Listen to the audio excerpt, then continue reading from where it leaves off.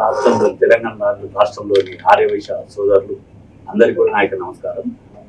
ముఖ్యంగా ఏంటంటే రేపు జరగబోయే మీటింగ్ లో అమరావతి లక్ష్మీనారాయణ గారిని ఈ యొక్క ఛానల్ ద్వారా ప్రశ్నిస్తున్నాను.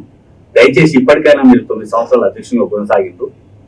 ఇప్పటికైనా మీరు నోటిఫికేషన్ వేసి రాజ్యాంగబద్ధంగా మన బయల ప్రకారం ఎన్నికలు నిర్వహించి కొత్త అధ్యక్షునికి బాధ్యతలు అప్పగిస్తే మన సంస్థ గౌరవం మీ గౌరవం రెండు నిలుస్తాయి.